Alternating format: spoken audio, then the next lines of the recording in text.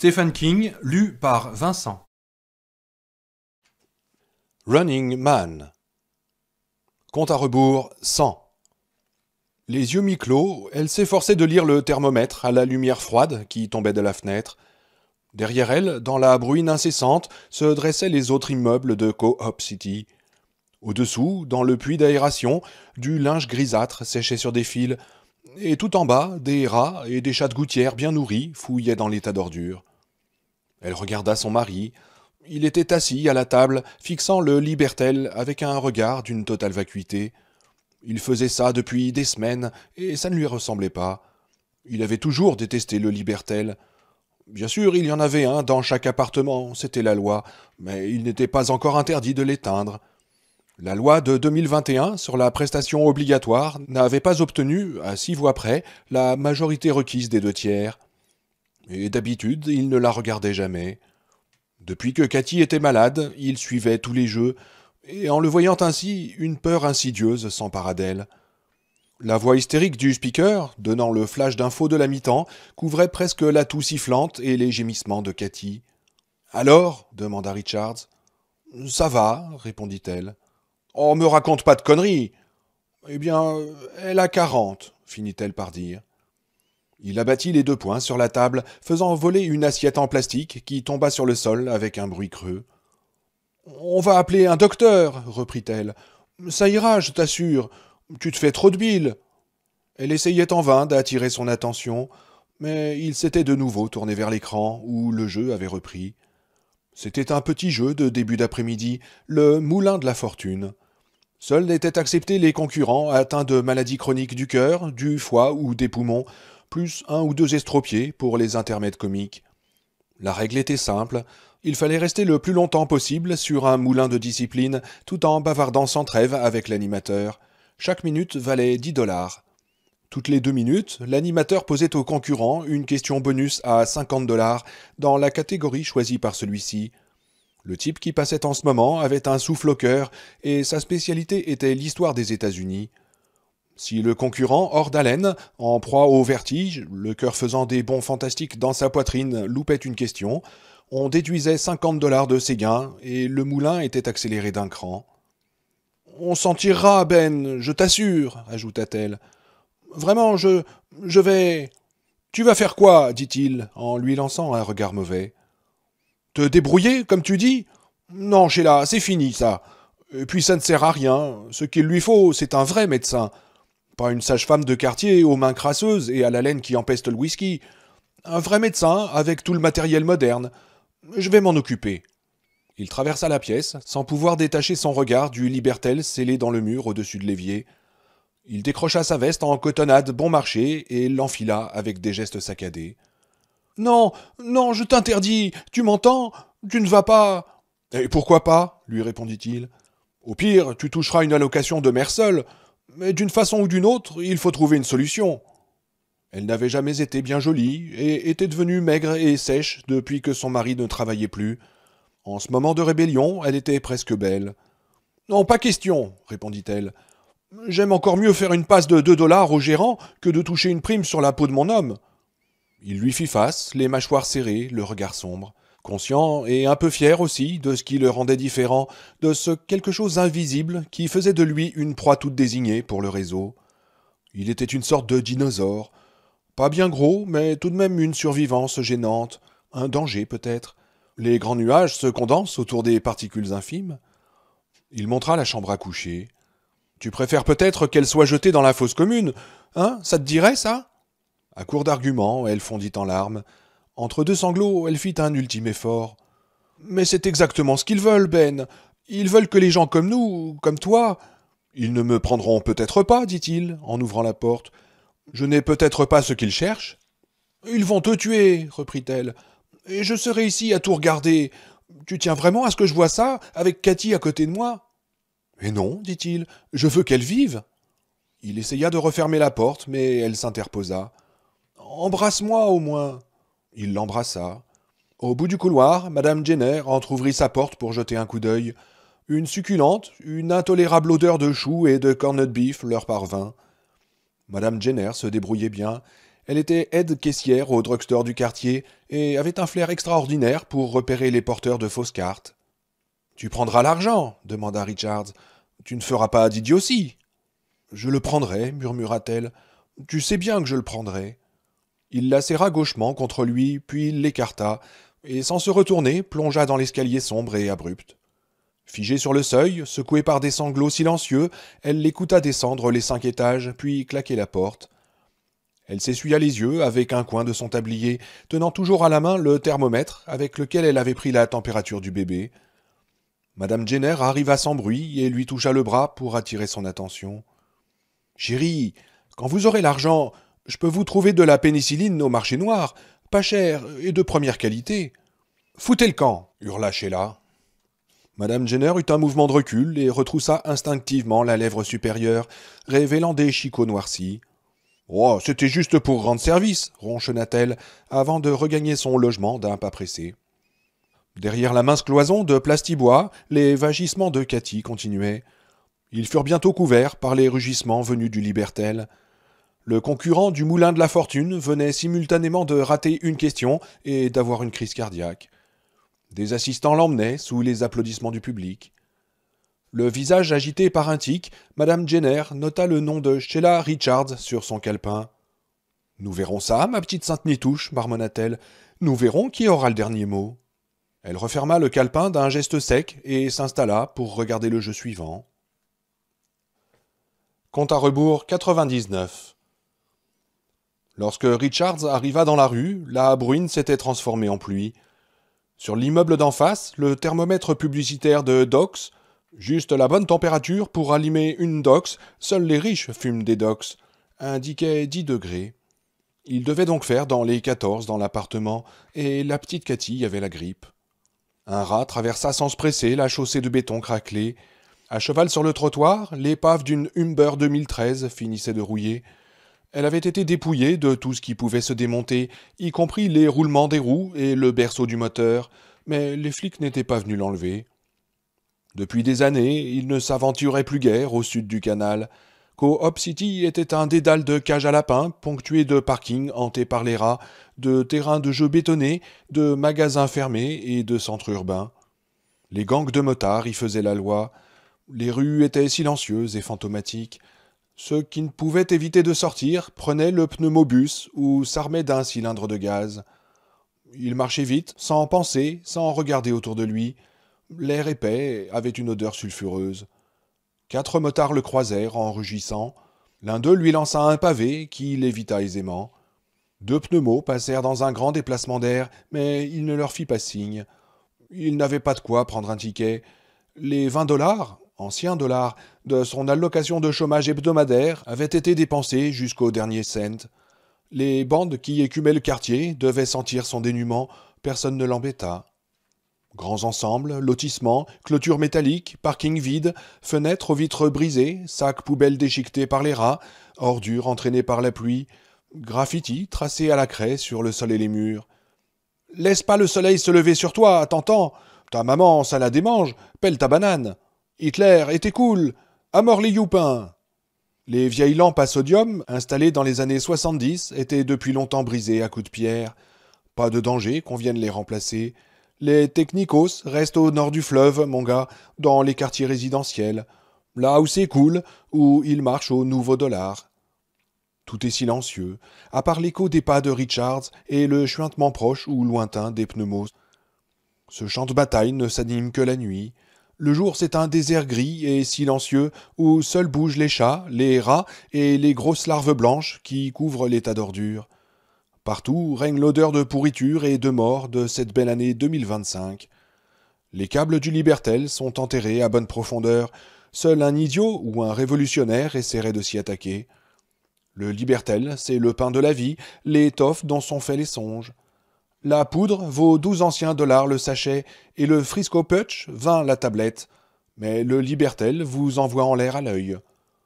Là-bas, de l'autre côté du canal, l'usine à rêve tourne 24 heures sur 24, mais elle tourne au nouveau dollar. Et seuls ceux qui travaillent en ont. Au sud du canal, à Co-op City, ils sont 4 millions et presque tous au chômage. Au bout de 4 à 5 kilomètres, les magasins de liqueurs et les fumeries devinrent plus nombreux et leurs grilles moins solides. Richards passa aussi devant 2 ou 3 clubs X, quelques prêteurs sur gage, des boutiques du sang. À tous les coins de rue, des dealers sur leurs motos, des caniveaux pleins de mégots de joint. Seuls les riches fument des docks. Il voyait les gratte-ciel se dresser vers les nuages, hauts et immaculés. Le plus haut de tous était le building des Jeux, 100 étages, la moitié supérieure cachée par la brume de pollution.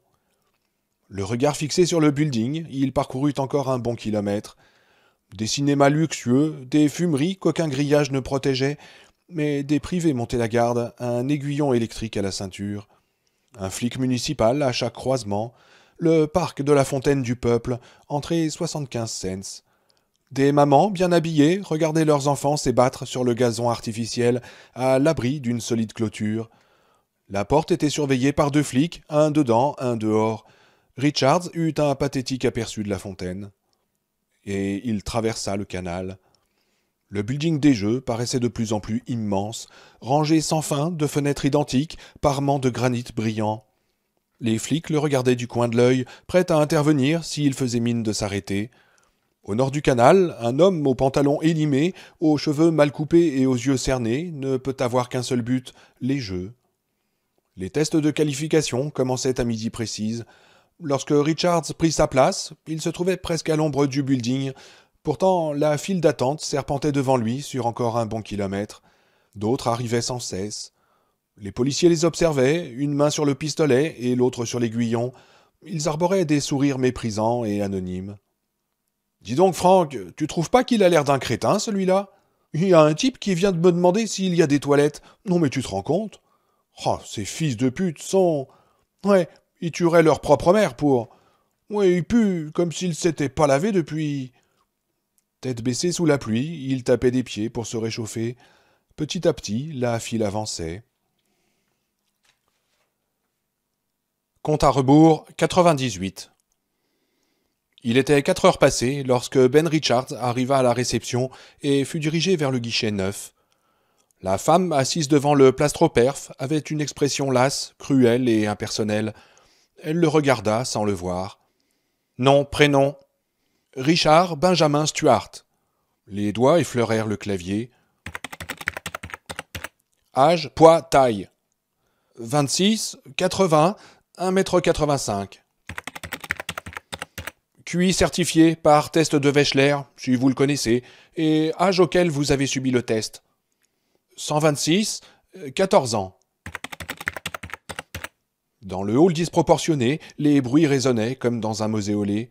Questions et réponses, pleurs et gémissements, protestations rauques, parfois un cri. Questions, encore et toujours. Dernière école fréquentée ? Les métiers manuels. Avez-vous obtenu le diplôme ? Non.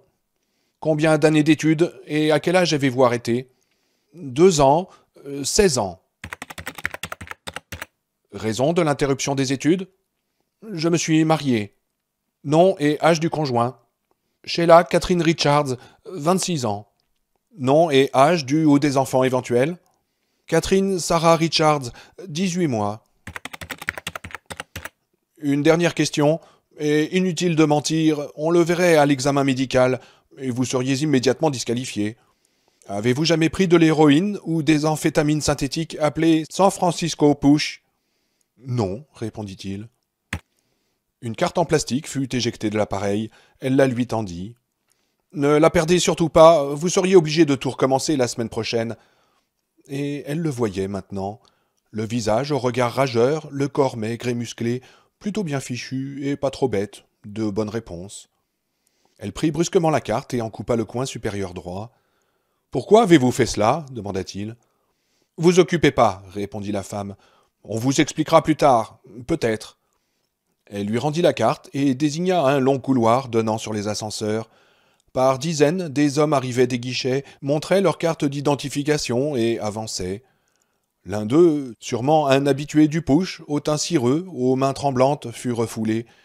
Il gagna la sortie en pleurant, mais sans faire d'histoire. « Oui, c'est dur la vie », commenta sèchement la femme du guichet. « Allez, avancez !» Richards avança. Derrière lui, la litanie recommençait déjà. Compte à rebours 97. À l'entrée du couloir, une main s'abattit lourdement sur son épaule. « Hé, toi, ta carte !» Richards la montra. Le flic se détendit. Son visage de fouine exprimait la déception. « Ça vous plaît de refouler les gars, hein ?» lui dit Richards. « Ça vous donne de l'importance. »« Tu veux retourner d'où tu viens, Minus ?» demanda le flic. Richards avança. Le flic ne fit rien pour l'en empêcher. Arrivé à mi-chemin des ascenseurs, il se retourna. « Eh, monsieur !» Le policier le regarda d'un air menaçant.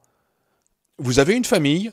Parce que la semaine prochaine, ça pourrait être vous. »« Circulez !» cria le flic furieux. Une vingtaine de candidats attendaient devant les ascenseurs. Richards montra sa carte au flic de service. Celui-ci l'examina attentivement. « T'aimes jouer au dur, toi, hein, fiston ?» Richards sourit. « Ça m'arrive. »« Oh, ils vont vite te ramollir, t'en fais pas, » reprit le flic. « Et est-ce que tu feras le malin quand t'auras 3 balles dans la peau ?»« Autant que vous sans votre revolver et avec votre froc à vos pieds, » rétorqua Richards sans cesser de sourire. Un moment, il crut que le flic allait l'assommer, mais il se contenta de dire « Oh, tu perds rien pour attendre, toi. Tu te traîneras à genoux avant que ce soit fini, t'inquiète pas. » Le flic se tourna vers de nouveaux arrivants et demanda à voir leur carte. L'homme qui attendait devant Richards se retourna. Il avait un visage triste et malheureux. Ses cheveux bouclés faisaient d'écran. « Tu sais, mon gars, tu devrais pas les asticoter comme ça. Le téléphone arabe, ça marche ici. »« Vraiment ?» répondit Richards avec affabilité. L'homme se détourna. Les portes du premier ascenseur s'ouvrirent soudain. Un flic noir, au gros ventre, protégeait la rangée de boutons de son large dos. Au fond de la cabine, un autre policier, assis derrière un panneau en plastique à l'épreuve des balles, lisait un magazine Sado en 3D. Il tenait un fusil à canoncier entre les genoux. « Serrez au fond !» cria le gros flic d'un air imposant. « Allez, serrez !» Tassés au point qu'il devenait impossible de respirer, ils montèrent d'un étage. Les portes s'ouvrirent.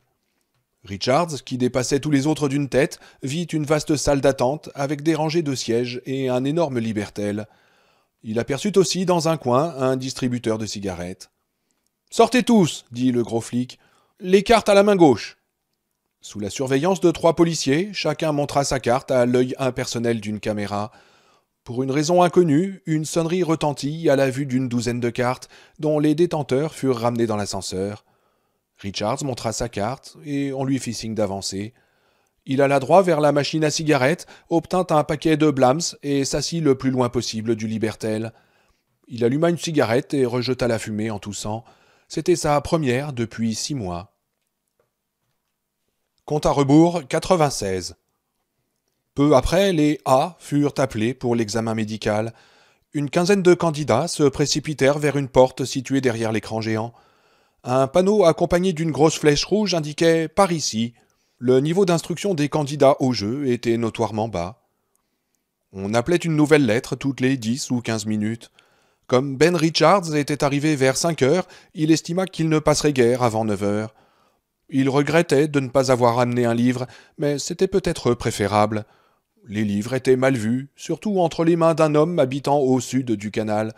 Les magazines Sado, c'était plus sûr. Il suivit le journal de 6 heures. En Équateur, les combats avaient redoublé. Nouvelles émeutes cannibales en Inde. Victoire par 2-6 des Tigres de Détroit sur les Léopards de Harding. Lorsque le premier des grands jeux de la soirée commença à 6h30, il s'approcha de la fenêtre. Il ne tenait plus en place. Maintenant que sa décision était prise, les jeux ne l'intéressaient plus tellement. Presque tous les autres regardaient Sacré Fusil avec une fascination morbide. La semaine prochaine, ce serait peut-être leur tour. Dehors, il faisait presque nuit. Les rames du métro aérien fonçaient dans les arceaux magnétiques, perçant la brume jaunâtre de leurs phares puissants. En bas, sur le trottoir, la foule, surtout des technicos et des bureaucrates du réseau, commençait sa quête quotidienne de plaisir. En face, un dealer certifié vantait sa marchandise. Un homme passa, une poupée en vison à chaque bras. Le trio riait bruyamment. Pris d'une soudaine nostalgie, il pensa à Sheila et à Cathy. S'il pouvait leur téléphoner, au moins, mais ce n'était sans doute pas autorisé. Évidemment, il pouvait s'en aller, plusieurs l'avaient déjà fait. Il suffisait de franchir la porte marquée « Sortie ». Regagner le logement et revoir sa fille qui délirait de fièvre? Non, pas question. Il resta encore un moment à la fenêtre, puis retourna s'asseoir. Un nouveau jeu commençait. Creusez votre tombe. L'homme assis à la droite de Richards le tira par la manche. C'est vrai qu'ils en éliminent plus de 30%, rien qu'à l'examen médical? Demanda-t-il avec anxiété. Aucune idée, répondit Richards. Quelle misère, dit l'autre. J'ai une bronchite chronique. Peut-être le moulin de la fortune? Richards ne trouva rien à répondre. En respirant, le type faisait un bruit de vieux camion gravissant une colline. J'ai une famille, moi, ajouta l'homme, avec une résignation désespérée. Richards regarda le libertel, comme si cela l'intéressait. L'autre garda longtemps le silence. Lorsque le programme changea de nouveau, à 7h30, Richards l'entendit interroger son voisin de droite. Il faisait complètement nuit maintenant. Richards se demanda s'il pleuvait toujours. La soirée risquait d'être longue. Compte à rebours 95. Lorsque les R franchirent la porte surmontée de la flèche rouge, il était un peu plus de 9h30. Avec le temps, les hommes s'étaient calmés. La plupart regardaient passivement le libertel, ou bien somnolaient. L'homme à la bronchite avait un nom commençant par L. Il était passé plus d'une heure auparavant. Richards se demanda s'il avait été éliminé. La salle d'examen, très longue, était éclairée par des tubes fluorescents qui se reflétaient sur le carrelage blanc. Les médecins étaient placés à intervalles réguliers, comme sur une chaîne de montage. « L'un de vous viendrait-il soigner ma petite fille » pensa Richards avec amertume. Les candidats montrèrent leurs cartes à une autre caméra scellée dans le mur, près d'un vestiaire. Un médecin en longue blouse blanche arriva. « Déshabillez-vous, mettez vos vêtements dans un casier.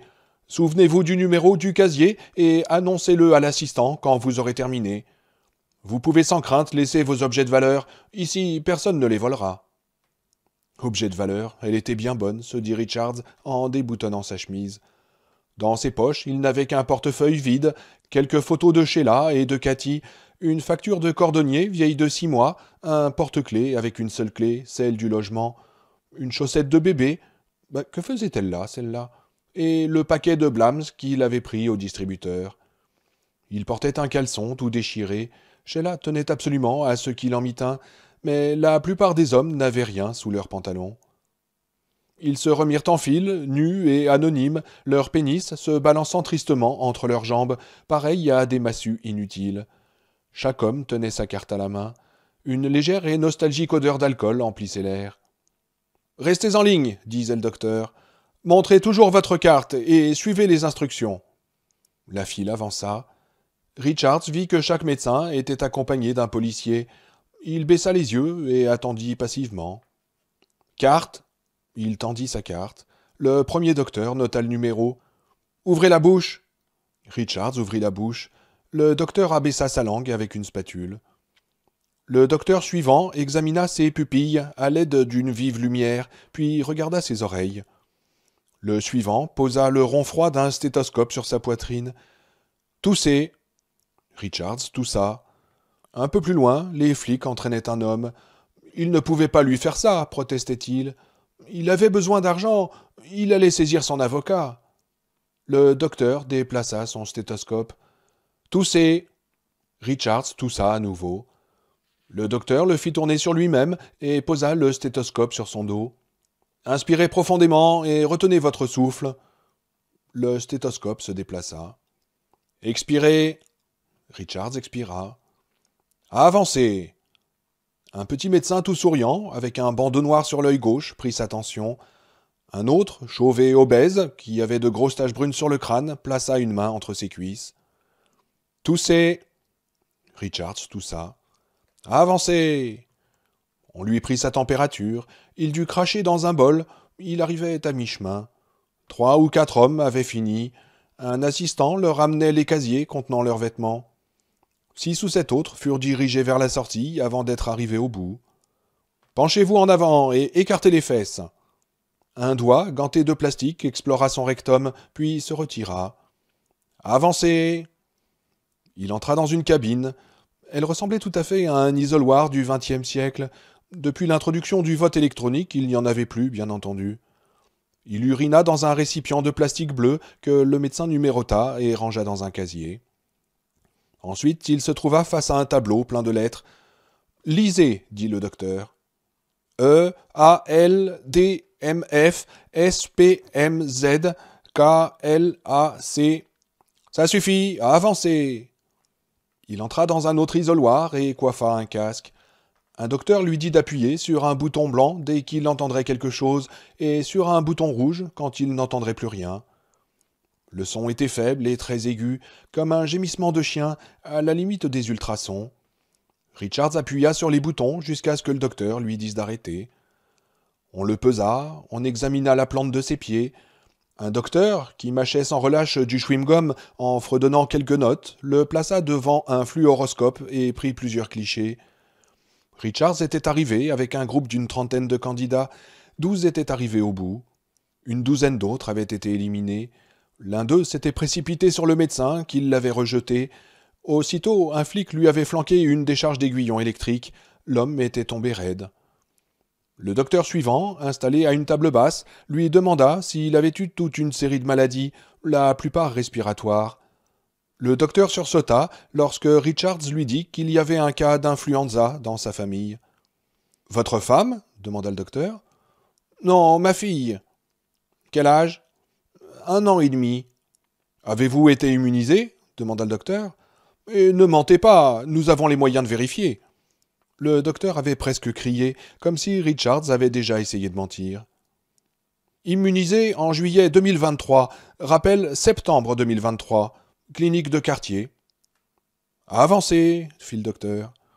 Au dernier arrêt, une femme à l'expression sévère, aux cheveux coupés très courts, portant une prothèse auditive, commença par lui demander s'il était homosexuel. « Non. »« Avez-vous jamais été arrêté pour délit sexuel ?»« Non. »« Souffrez-vous de phobie grave ? Je veux dire par là, non. »« Mais attendez que je vous explique, dit-elle, avec une pointe de condescendance. Cela signifie... Si j'ai des peurs inexpliquées et incontrôlables, comme l'acrophobie ou la claustrophobie, non, je n'en ai pas. » La femme médecin le toisa un moment, puis continua le questionnaire. « Avez-vous pris des drogues hallucinogènes ou d'autres stupéfiants entraînant une accoutumance ? » Non. « Un quelconque membre de votre famille a-t-il été arrêté pour un quelconque crime contre le gouvernement ou contre le réseau ? » Non. « Signez ce serment de fidélité et cette décharge au bénéfice de la commission des jeux, monsieur Richards. » Il griffonna sa signature. « Montrez votre carte à l'assistant et donnez-lui votre numéro de... » Et sans attendre qu'elle eût terminé, il fit signe à l'assistant. « Numéro 26, mon pote, » dit Ben. L'assistant, un grand gaillard maigre aux dents saillantes, lui apporta ses affaires. Ben s'habilla sans se presser et alla attendre devant l'ascenseur. Il avait une curieuse sensation à l'anus, comme si le docteur l'avait violé avec son doigt enduit de vaseline. Lorsqu'ils furent tous assemblés, les portes de l'ascenseur s'ouvrirent. Cette fois, il n'y avait pas de flic armé au fond. Tandis qu'elles se refermaient, Richards vit les S arriver à l'autre bout de la salle, et le médecin en blouse blanche s'approcher d'eux. Ils montèrent de nouveau d'un seul étage. Les portes s'ouvrirent sur un immense dortoir faiblement éclairé, des rangées de lits de camp qui semblaient s'étendre à l'infini. 2 flics, postés à la sortie de l'ascenseur, leur indiquèrent le numéro de leur lit. Richards eut droit au 940. Il y avait une couverture marron et un oreiller très plat. Richards s'allongea et fit tomber ses chaussures au pied du lit. Ses pieds dépassaient, mais c'était irrémédiable. Il croisa les bras sous la tête et s'abîma dans la contemplation du plafond. Compte à rebours 94. À 6 heures du matin, une sonnerie stridente le tira du sommeil. D'abord tout désorienté, il se demanda ce qui lui arrivait. Sheila avait-elle acheté un réveil ? Il ouvrit les yeux et revint au présent. Par groupe de 50, ils allèrent dans une immense salle de toilette où chacun montra sa carte à une caméra gardée par un policier. Richards entra dans une cabine au carrelage bleu qui contenait une douche, un lavabo, un miroir et des toilettes. Sur la table, placée au-dessus du lavabo, il y avait plusieurs brosses à dents enveloppées de cellophane, un rasoir électrique, une savonnette et un tube de dentifrice entamé. Une petite pancarte glissée dans un coin du miroir disait « Respectez, c'est bien ». Au-dessus, quelqu'un avait gribouillé Je ne respecte que mon cul. Richards prit une douche, s'essuya avec une des serviettes empilées sur la chasse d'eau, se rasa et se brossa les dents. Ils furent conduits à une cafétéria où ils durent de nouveau montrer leurs cartes. Richards prit un plateau et le poussa sur le comptoir en inox. On lui servit un petit carton de cornflakes, une assiette de frites graisseuses, une portion de brouillé, un toast froid et dur comme le marbre, puis un verre de lait, une tasse de café boueux, un sachet de sucre et un autre de sel, puis un cube de sucédané de beurre et un carré de papier huileux. Il avala goulûment le repas, comme tous les autres. Il ne se souvenait même plus d'avoir mangé autre chose que les pilules alimentaires distribuées par le gouvernement, ou de temps à autre une portion de pizza au graillon.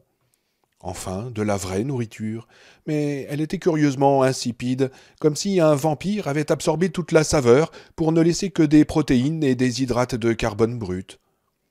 Que mangeait-elle ce matin? Des pilules aux algues? Du lait synthétique pour le bébé? Il sentit le découragement l'envahir. Toucherait-elle jamais de l'argent? Demain? La semaine prochaine? Ou bien tout cela n'était-il qu'un mirage, un arc-en-ciel chatoyant avec rien au bout? Il resta à fixer son assiette vide jusqu'à la sonnerie de 7 heures. Les hommes se levèrent et gagnèrent l'ascenseur. Compte à rebours 93. Au 3e étage, le groupe de 50 dont Richards faisait partie fut conduit dans une salle longue et nue. Des fentes ressemblant à des boîtes aux lettres étaient pratiquées dans le mur de droite. Un grand homme mince, aux cheveux clairsemés, portant l'emblème des jeux, une torche avec la silhouette d'une tête humaine en surimpression, sur sa blouse blanche, annonça « Déshabillez-vous, s'il vous plaît, et retirez tous les objets de valeur de vos poches. Ensuite, jetez vos vêtements dans une des bouches de l'incinérateur. Vous allez recevoir des combinaisons officielles. » Il eut un sourire magnanime. « Vous pourrez les garder, quelle que soit la décision finale du Conseil. » Il y eut quelques protestations étouffées, mais tous s'exécutèrent. L'homme tapa à 2 reprises dans ses mains, comme un instituteur de village annonçant la fin de la récréation. « Dépêchons-nous, nous avons encore beaucoup à faire aujourd'hui. »« Vous allez également participer au jeu ?» lui demanda Richards. L'homme le regarda avec la stupéfaction la plus totale. Derrière eux, quelqu'un ricana. « Peu importe, » dit Richards en ôtant son pantalon. Il garda ses objets de valeur dénués de valeur et jeta les vêtements dans une des fentes. Il vit tout en bas une flamme avide les engloutir. La porte située à l'extrémité de la salle s'ouvrit. Il y avait toujours une porte à l'autre bout. Ils étaient comme des rats pris dans un labyrinthe vertical. Un labyrinthe typiquement américain, songea Richards. Des hommes apparurent, poussant des caddies marqués S, M, L et XL. Richards choisit un XL. Mieux valait prendre trop grand que d'être gêné dans ses mouvements. Il lui allait parfaitement. Le tissu était à la fois épais et doux, un peu comme de la soie, mais plus solide. Il y avait une fermeture à glissière en plastique sur le devant et l'insigne des jeux sur la poche poitrine droite. Lorsque tous les membres du groupe les eurent revêtus, Richards eut l'impression d'avoir perdu son identité. « Par ici, s'il vous plaît !» L'homme en blouse blanche les emmena dans une nouvelle salle d'attente. Derrière l'inévitable libertel caquetant, il y avait la tout aussi inévitable pancarte par ici avec sa flèche rouge. « On vous appellera par groupe de 10, » annonça l'homme. Ils s'assirent, et au bout d'un moment, Richards alla regarder par la fenêtre. Ils étaient plus hauts, mais il faisait toujours aussi gris et pluvieux. Il se demandait ce que faisait Sheila.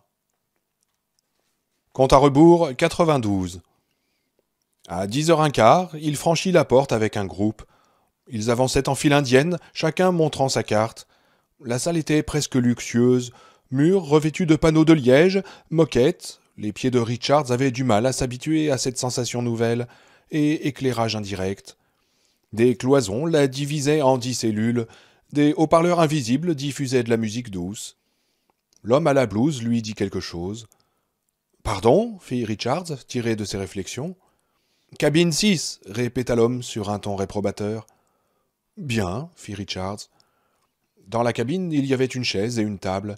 Sur celle-ci était posé un crayon et une liasse de feuilles de papier jaunâtre. Sur le mur, à hauteur d'œil, une grosse horloge. À côté de tout cela se tenait une prêtresse de l'ère informatique, une éblouissante blonde aux formes généreuses, vêtue d'un short fluorescent qui dessinait nettement le triangle de son pubis. Ses mamelons très maquillés pointaient insolemment à travers les mailles d'un corsage enfilé. Asseyez-vous, je vous en prie, dit-elle. Je suis Rinda Ward, votre examinatrice. Elle lui tendit la main. Encore tout éberlué, Richards la serra avec précaution. Benjamin Richards, dit-il. Je peux vous appeler Ben? Le sourire était séducteur, mais anonyme. Richards ressentit exactement le désir impersonnel qu'il était censé ressentir pour cette femelle qui exhibait sans vergogne son corps bien nourri. Cela l'irrita. Il se demanda si elle prenait son pied de cette façon en s'exhibant devant des pauvres mecs en route pour le hachoir à viande. Bien sûr, dit Richards. Joli nichon. Merci, dit-elle, sans se formaliser. Il s'était assis. L'angle sous lequel il la voyait maintenant était encore plus intéressant ou embarrassant au choix. Nous allons aujourd'hui tester vos facultés mentales, de la même façon que l'examen médical que vous avez subi hier testait votre corps. Le test sera assez long. Un déjeuner sera servi vers 15 heures, à moins que vous ne soyez recalé. Le sourire s'évanouit un instant, puis revint de plus belle. Nous allons commencer par l'épreuve de lettres. Vous avez exactement 1 heure. Vous pouvez poser des questions durant l'examen et j'y répondrai si j'en ai le droit. Je ne peux évidemment pas vous donner les réponses aux questions du dossier. Avez-vous compris? Oui, dit Richards. Elle lui tendit un mince dossier. Sur la couverture était imprimée une grande main de couleur rouge ainsi que le mot Stop. Au-dessous, en petits caractères, n'ouvrez pas le dossier avant que l'examinateur ne vous le dise. Bigre, dit Richards. Pardon? Les sourcils minutieusement épilés se levèrent d'un cran. Oh, rien, dit Richards. En ouvrant le dossier, vous trouverez un feuillet spécial pour marquer vos réponses, récita-t-elle. Écrivez lisiblement en appuyant bien. Si vous désirez changer une réponse, gommez-la soigneusement. Si vous ignorez une réponse, ne mettez rien. N'essayez pas de deviner. Avez-vous compris? Oui, fit Richards. Bien. Ouvrez et prenez le feuillet 1 et commencez. Lorsque je vous dirai stop, posez le crayon. Vous pouvez commencer. Au lieu de commencer, il regarda insolemment les formes offertes de la fille. Au bout d'un moment, elle rougit. Votre heure a commencé, Ben. Vous feriez mieux. Mais Richards l'interrompit. Pourquoi croyez-vous que tous ceux qui habitent au sud du canal sont des débiles mentaux en rut? Complètement désarçonnée, elle ne put que balbutier. Mais je n'ai jamais. Oh non, jamais, dit Richards en souriant. Vous êtes vraiment aussi bouchés les uns que les autres. Il prit le crayon et se mit au travail, tandis qu'elle essayait de s'expliquer l'agressivité soudaine de Richards. Selon toute probabilité, elle ne comprenait réellement pas. La première partie consistait à compléter des phrases. Question 1. Une, 3 petits points, ne fait pas le printemps. Réponse A, penser. Réponse B, bière. Réponse C, hirondelle. Réponse D, attaque. Réponse E, un autre mot. Il termina la feuille rapidement, ne s'interrompant presque jamais pour réfléchir. Ensuite, il y avait une épreuve de vocabulaire et une autre consistant à donner les contraires d'une série de mots. Lorsqu'il eut fini, il lui restait encore 20 minutes, mais elle refusa de prendre sa feuille. Légalement, il ne pouvait pas la remettre avant que l'heure fût écoulée. Il croisa donc les mains derrière la nuque et passa tout ce temps à examiner, sans un mot, son corps presque nu. Elle commençait manifestement à regretter de ne pas avoir un manteau à jeter sur ses épaules. L'heure écoulée, elle lui donna un second dossier. Sur la première feuille, il y avait un dessin représentant un carburateur accompagné du texte suivant. Question 1. Mettriez-vous ceci dans un ou une A. Tondeuse à gazon. B. Libertel. C. Hamac électrique. D. Automobile. E. Aucun de ces objets. Le troisième examen était une épreuve de maths. Les chiffres n'étaient pas le fort de Richards. Il sua son héo pour ne pas prendre de retard et n'eut finalement pas le temps de terminer la dernière question. En prenant sa feuille, Rinda eut un sourire un soupçon trop large. « Vous avez été moins rapide cette fois, Ben. »« Oh, mais les réponses sont bonnes, ne vous en faites pas, dit-il en lui rendant son sourire. Se penchant sur sa chaise, il lui donna une petite tape sur les fesses. « Allez prendre une douche, mignonne, vous avez bien travaillé. » Elle rougit jusqu'aux oreilles. « Mais je pourrais vous faire disqualifier. »« Oh, à d'autres, dit Richards. Vous pourriez vous faire flanquer dehors, voilà tout. »« Oh, sortez, Ben, allez vous remettre en rang. » Elle était au bord des larmes. Pour un peu, il aurait eu pitié d'elle, mais il ne céda pas à cette tentation. Au contraire, il insista. « Passez une bonne soirée, mon chou. Allez dans un restaurant chic avec votre petit copain de la semaine. Entre les langoustines et le steak, vous pourrez penser à ma fille de 18 mois qui est en train de crever de la grippe dans un 2 pièces miteux. » Le visage blanc comme un linge, elle le regarda s'éloigner. Son groupe de 10 avait été réduit à 6 candidats. Ils passèrent dans la salle suivante. Il était 1h30. Compte à rebours 91. Le docteur assis en face de lui, dans l'étroite cabine, portait de petites lunettes rondes à verre très épais. Avec son sourire satisfait et déplaisant, il rappelait à Richards un doux crétin qu'il avait connu quand il était gosse. Son passe-temps favori était de s'accroupir sous les tables pour regarder sous les jupes des filles en se tapant une branlette. Richards se mit à sourire. « Il y a quelque chose de drôle ?» demanda le docteur, dont le vilain rictus s'élargit imperceptiblement. « Oui, vous me rappelez une personne que j'ai connue dans le temps. »« Ah bon? Qui ?» demanda le docteur. « Oh, peu importe. »« Comme vous voudrez, » dit le docteur, qui leva une feuille portant une grosse tache d'encre. « Que voyez-vous ici ?» Richards regarda la feuille. Un brassard gonflable avait été fixé à son bras et plusieurs électrodes à son crâne. Le tout était relié par des fils à une console. Des lignes zigzaguaient sur un écran. « 2 femmes noires et elles s'embrassent, » répondit Richards. Le docteur leva une autre feuille. « Et ici ?»« Une voiture de sport. On dirait une Jaguar. »« Vous aimez les voitures à essence ?» demanda le docteur. Richards haussa les épaules. « Quand j'étais petit, j'avais une collection de modèles réduits, oui. » Le docteur prit quelques notes, puis leva une 3e feuille. « Une personne malade. Elle est couchée sur le côté. Les ombres sur son visage ressemblent à des barreaux de prison. »« Et sur cette dernière ?» dit le docteur. Richards éclata de rire. « Un gros tas de merde. » Il imaginait le docteur avec sa blouse blanche se branlant à plat ventre sous une table. Le sourire bête et méchant du docteur rendait la vision plus réaliste. Richards eut un dernier hoquet de rire et se calma. « Je suppose que vous ne tenez pas à me dire... »« Oh non, » répondit Richards, « je n'y tiens pas. »« Soit, » fit le docteur. « Poursuivons. Association de mots. » Il ne se donna pas la peine de lui expliquer en quoi cela consistait. Apparemment, l'information circulait, tant mieux. Cela évitait d'inutiles pertes de temps. « Vous êtes prêt ?»« Je suis prêt, » dit Richards. Le docteur mit un chronomètre en marche et consulta une liste, un stylo-bille à la main. « Médecin ?» dit le docteur. « Nègre, » dit Richards. « Pénis ?»« Queue. »« Rouge. »« Noir. »« Argent. »« Poignard. »« Fusil. »« Meurtre. »« Gagné. »« Argent. »« Sexe. »« Test. »« Barré. »« Fin. » Et la liste continua. Après une bonne 50aine de mots, le docteur arrêta le chronomètre et posa le stylo. « C'est bien, » dit-il. Il croisa les bras et regarda Richards avec gravité. « Une dernière question, Ben. Je ne prétends pas être capable de déceler un mensonge rien qu'en l'entendant, mais la machine à laquelle vous êtes relié me donnera une indication assez précise. Aviez-vous une motivation suicidaire en décidant de tenter votre chance au jeu ? » « Non, » répondit Richards. « Et pour quelle raison le faites-vous dans ce cas ? » « Ma petite fille est malade, » répondit-il. « Il lui faut un docteur, des médicaments et sans doute une hospitalisation. » Le docteur prenait des notes. « C'est tout ?» Richards était sur le point de répondre oui. Cela ne les regardait pas, après tout, lorsqu'il se ravisa. Autant tout dire, ne serait-ce que pour le dire vraiment une fois, pour exprimer avec des mots ses sentiments confus, pour leur donner une forme concrète. « Je suis au chômage depuis longtemps.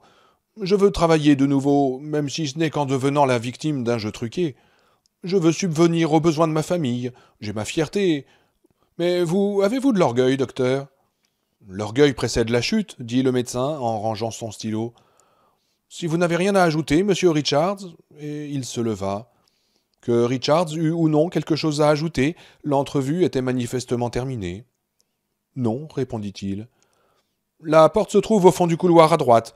Bonne chance. »« C'est ça, » dit Richards. Compte à rebours 90. Dans le groupe de Richards, il n'était plus que 4. Les autres groupes avaient eux aussi été réduits dans la même proportion. La nouvelle salle d'attente était nettement plus petite. Les derniers, Y et Z, arrivèrent vers 4h30. Peu auparavant, un assistant avait circulé avec un plateau de sandwich insipide. Richards en mâchonna deux en écoutant un gars nommé Rittenmood raconter des histoires graveleuses dont il possédait apparemment un réservoir inépuisable. Lorsqu'ils furent tous réunis, un ascenseur les amena au 4e étage. Il y avait une grande salle commune, des toilettes collectives et l'inévitable dortoir avec ses rangées de couchettes. Ils furent informés qu'un repas chaud serait servi à 7h dans la cafétéria adjacente. Au bout d'un moment, Richards se leva et s'approcha du flic posté près du couloir. « Il y a un téléphone quelque part ?» Richards ne pensait pas qu'il serait autorisé à téléphoner à l'extérieur, mais le policier se contenta de lui montrer la porte d'un geste dédaigneux du pouce.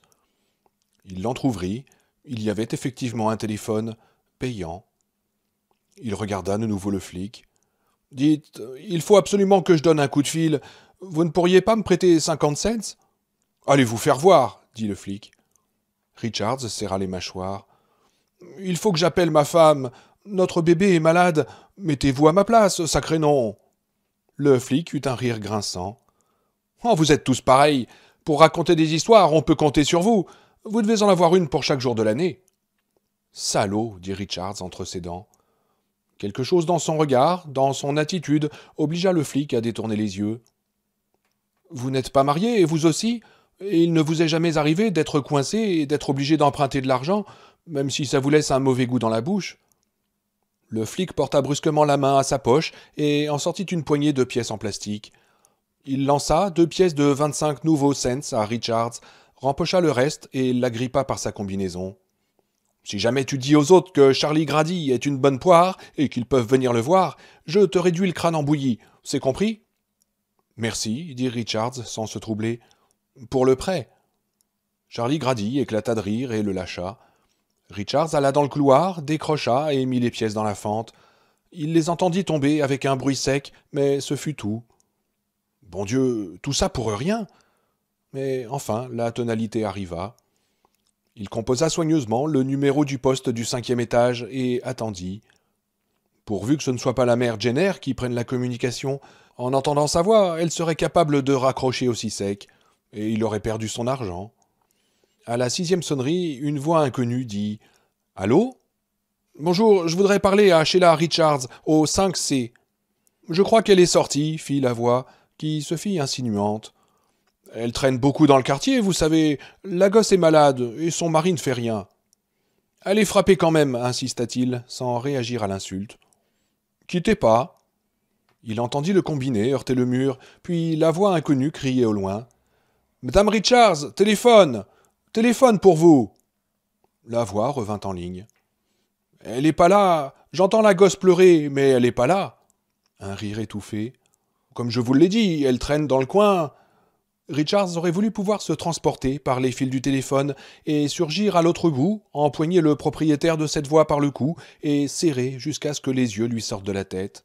« Prenez un message alors, écrivez sur le mur s'il le faut. »« J'ai pas de crayon, » dit la voix. « Au revoir, je raccroche. »« Attendez !» cria Richards, pris de panique.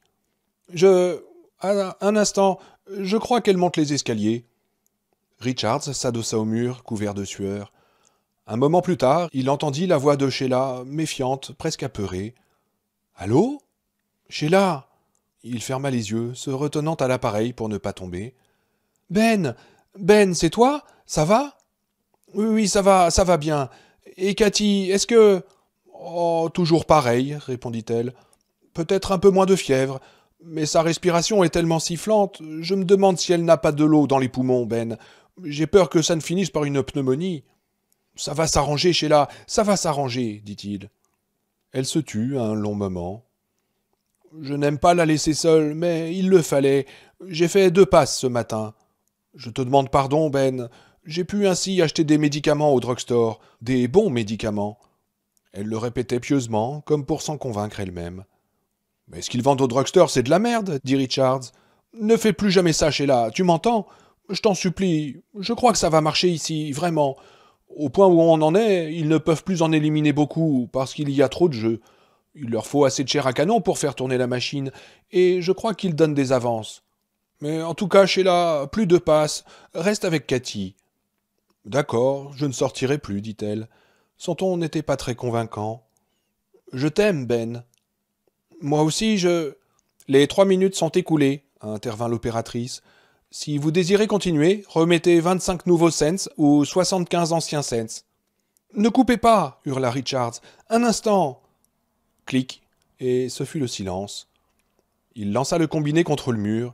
Il se balança longuement au bout de son fil, comme un serpent d'une espèce inconnue, mort après avoir mordu une fois. Quelqu'un me paiera ça, se dit Richards, encore sous le choc. Oh oui, quelqu'un doit payer. Compte à rebours, 89. Ils restèrent au 5e étage jusqu'au lendemain matin, 10 heures. Richards était hors de lui de rage et de frustration. Enfin, un type un peu efféminé, portant une combinaison collante, leur demanda avec politesse exagérée de gagner l'ascenseur. En tout, il devait être 300. Au cours de la nuit, 60 candidats avaient été éliminés en douceur, dont le gars qui connaissait plein d'histoires obscènes. Par groupe de 50, on les conduisit à un petit auditorium du 5e étage. La salle était luxueuse, avec du velours rouge partout. Dans chaque accoudoir en vrai bois, il y avait un cendrier. Richards alluma une Blams, mais il mit ses cendres par terre. Au centre de la petite scène se trouvait une table avec une carafe d'eau. Vers 10h15, le type efféminé apparut et annonça « Arthur Burns, directeur adjoint des jeux. » « Bravo !» fit une voix caustique derrière Richards. Un gros homme avec une large tonsure cernée de cheveux gris arriva et inclina le buste, comme pour montrer qu'il appréciait des applaudissements que lui seul pouvait entendre. Lorsqu'il releva la tête, il arborait un sourire onctueux qui le faisait ressembler à un vieux Cupidon en complet de businessman. « Félicitations, dit-il, vous avez réussi. » Il eut un immense soupir collectif, suivi de quelques rires. D'autres hommes allumèrent des cigarettes. « Bravo !» répéta la voix acerbe. « Dans un moment, vous allez recevoir les numéros de vos chambres du 6e étage et connaître votre affectation. Les producteurs délégués de vos jeux respectifs vous expliqueront en détail ce que nous attendons de vous. Auparavant, je tiens à vous renouveler mes félicitations.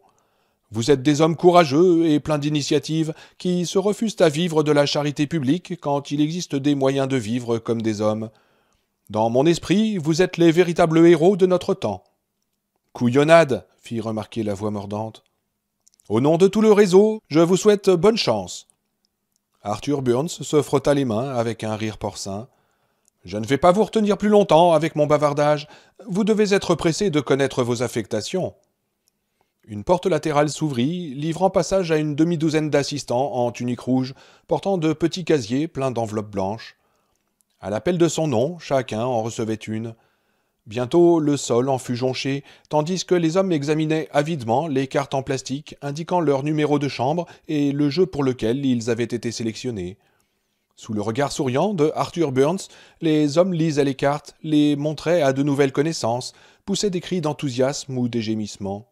« Cette saloperie de vous l'aimez très chaud, moi qui ai horreur de la chaleur. Mais c'est un truc de dernière catégorie, ça se passe juste après les émissions pour mômes. Moulin de la fortune, ça alors, je savais pas que mon cœur était si malade. Oh, j'espérais l'avoir celui-là, mais je n'osais pas y croire vraiment. Et dis donc Jake, tu connais ça? Nager avec les crocos? Moi ça me dit pas... Bon, c'est pas du tout ce que je croyais. Tu crois vraiment qu'on a... Oh, saloperie de merde. Oh, ces sacrés fusils. Benjamin Richards. Je suis là, dit-il. Il ouvrit l'enveloppe avec des doigts qui y tremblaient légèrement. Il dut s'y reprendre à 2 fois pour en sortir la carte, qu'il regarda un long moment sans comprendre. Elle ne portait ni nom de programme, ni numéro de chambre, mais la simple mention « Ascenseur 6 ». Il empocha la carte et sortit de l'auditorium. Les 5 premiers ascenseurs allaient et venaient sans relâche pour monter au 6e les concurrents des jeux de la semaine suivante. 4 autres attendaient devant les portes fermées du 6e ascenseur. Richards reconnut l'homme à la voix caustique. Dans les 25 ans, plutôt sympathique, il avait un bras paralysé.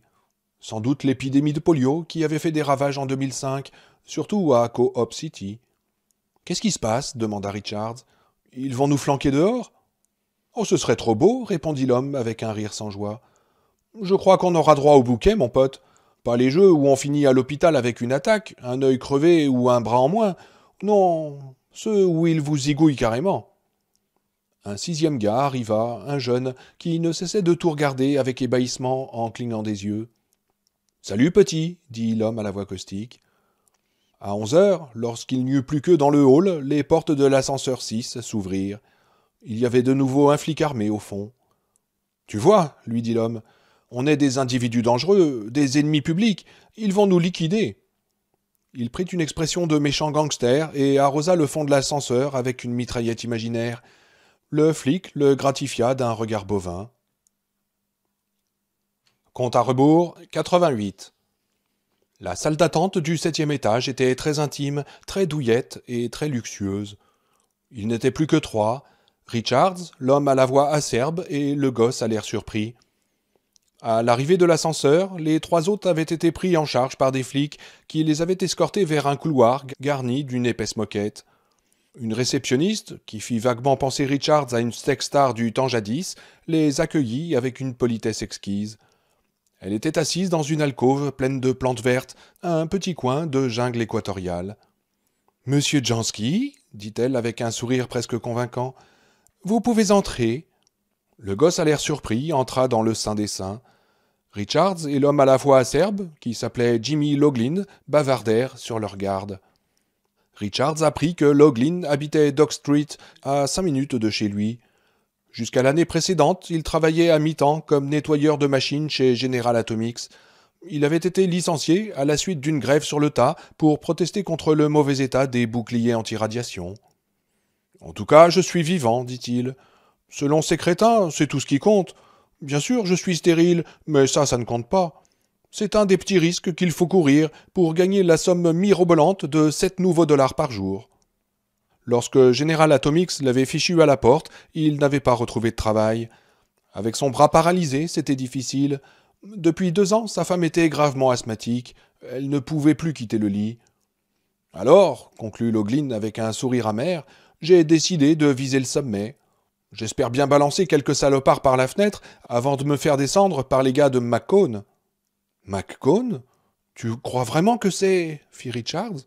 « La grande traque ? Oh oui, y a pas de doute, mon pote. Passe-moi une clope, tiens. » Richards lui donna le paquet.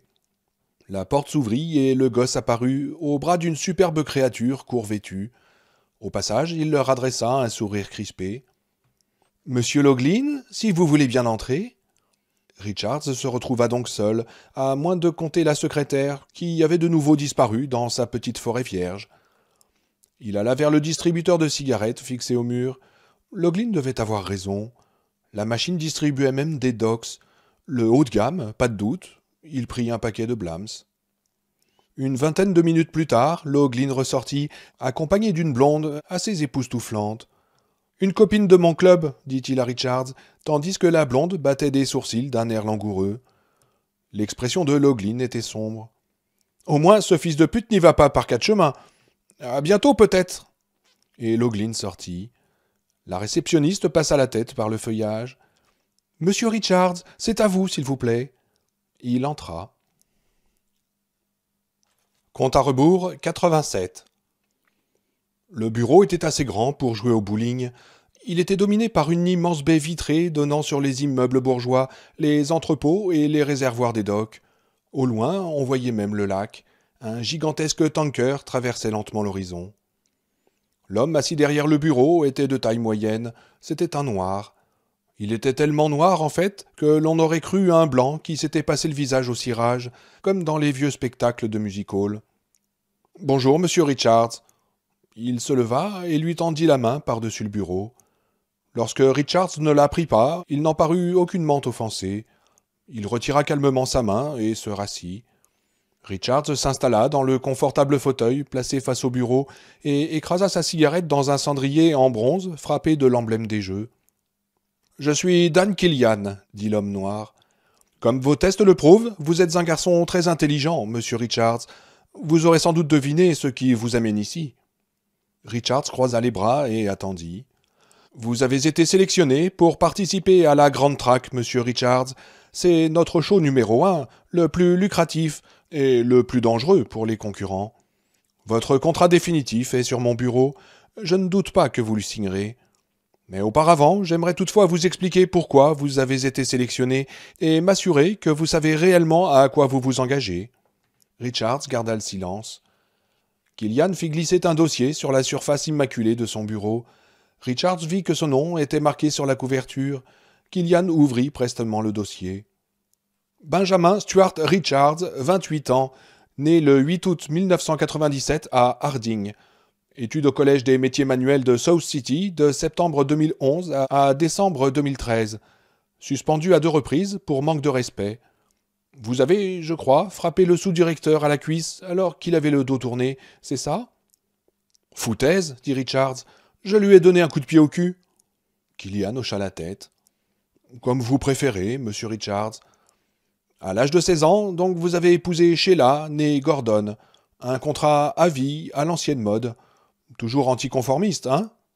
Richards ne répondit pas. Pas d'affiliation syndicale suite à votre refus de signer le serment de fidélité et les accords de contrôle salariaux. Vous auriez traité le secrétaire Johnsbury de sale pecno. C'est exact, dit Richards. Au travail, vous étiez mal noté.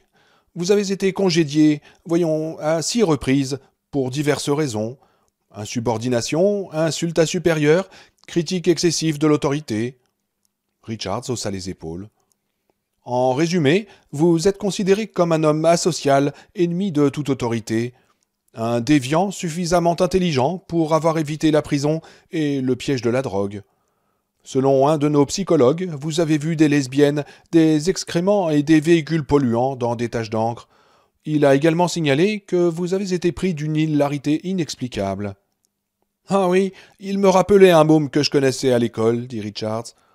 Il aimait se branler en regardant sous les jupes des filles. Le môme, bien sûr. J'ignore quels sont les plaisirs favoris de ce docteur. Je vois, dit Killian, qui sourit brièvement, révélant des dents d'une blancheur éblouissante, et il se replongea dans le dossier. Vous avez eu des réactions racistes, tombant sous le coup de la loi raciale de 2004. Au cours du test suivant, vous avez fait plusieurs associations violentes. Je suis ici pour un travail violent, si je ne me trompe, dit Richards. Effectivement, dit Killian. Pourtant, nous, je parle dans un sens plus général que la direction des jeux, dans un sens national, nous sommes au plus haut point troublés par ces réactions. Quoi, vous avez peur que quelqu'un plastique votre voiture ce soir, monsieur Killian demanda Richards en souriant. Killian mouilla songeusement son index et tourna la page. Heureusement, pour nous du moins, vous avez en quelque sorte donné un gage à la société. Vous avez une fille, Catherine, âgée de 18 mois. S'agissait-il d'une erreur? Il eut un sourire glacial. Non, c'était volontaire, dit Richards sans rancœur. À l'époque, je travaillais à la General Atomics. Une partie de mon sperme a dû en réchapper, une farce du destin peut-être. Le monde étant ce qu'il est, je me demande parfois si nous n'avions pas perdu la boule. En tout cas, vous voilà, dit Killian, qui arborait toujours son sourire glacial. Et mardi prochain, vous allez tenir le rôle principal dans La Grande Traque. Vous connaissez cette série? Oui, dit Richards. Vous savez donc qu'il s'agit de l'émission la plus prestigieuse du Libertel. Elle offre aux spectateurs de nombreuses occasions de participer, directement ou indirectement. Et je suis le producteur de cette série. Formidable, observa Richards. Cette émission, reprit-il, est l'un des meilleurs moyens dont le réseau dispose pour se débarrasser de personnes potentiellement dangereuses. Telles que vous-même, monsieur Richards. Elle existe depuis 6 ans. À ce jour, il n'y a pas eu de survivants. Pour parler franchement, nous sommes certains qu'il n'y en aura jamais. Autrement dit, les dés sont pipés, dit Richards. Killian parut plus amusé qu'horrifié. Mais non. Vous oubliez que vous êtes un anachronisme, monsieur Richards. Les gens ne se contenteront pas de rester assis devant leur écran en encourageant vos adversaires par des cris ou des applaudissements. Certainement pas. Ils veulent que vous soyez éliminé, et ils feront tout pour cela. Plus ce sera macabre, plus ils seront ravis. De surcroît, vous devrez faire face à Evan McCone et à ses chasseurs. On dirait un groupe de néo, dit Richards. Monsieur McCone ne perd jamais, dit simplement Killian. Richards fit entendre un grognement. Vous apparaîtrez en direct mardi soir, reprit Killian. Les émissions suivantes seront un montage de bandes, de films et de flash, en direct si possible. Il nous est arrivé d'interrompre d'autres programmes lorsqu'un concurrent particulièrement talentueux était sur le point d'atteindre son Waterloo personnel, si je puis dire. Les règles sont la simplicité même. Vous, ou les membres survivants de votre famille, toucherez 100 nouveaux dollars par heure tant que vous resterez libre. Nous allons vous verser une avance de 4 800 dollars en partant de l'hypothèse que vous pourrez échapper aux chasseurs pendant 48 heures. Si vous tombez plus tôt, le solde devra bien entendu être remboursé. Vous prendrez le départ avec 12 heures d'avance. Si vous durez 30 jours, vous touchez le grand prix, 1 milliard de nouveaux dollars. Richards rejeta la tête en arrière et éclata d'un rire tonitruant. « Oh, je partage entièrement vos sentiments, dit Killian en grimaçant un sourire.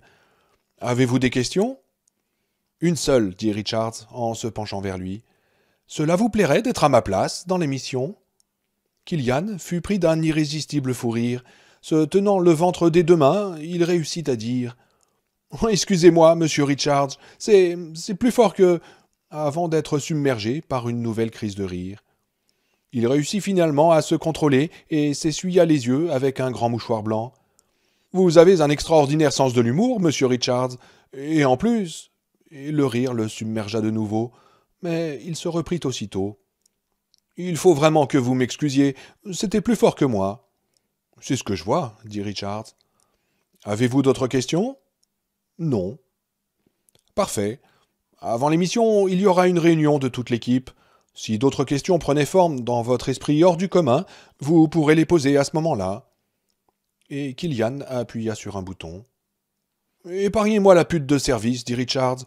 Je suis un homme marié. »« Vous êtes certain, dit Killian, en haussant les sourcils. »« La fidélité est une vertu admirable, monsieur Richards, mais nous sommes vendredi. Le week-end sera long d'ici mardi. » Compte tenu du fait que vous ne reverrez peut-être jamais votre femme...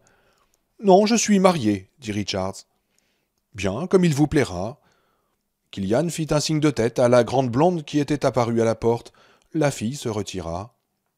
Pouvons-nous faire quoi que ce soit d'autre pour vous demanda Killian. Un appartement vous est réservé au 8e étage. Vous pourrez commander des repas à la carte. Dans la mesure du possible, nous ferons tout pour vous satisfaire.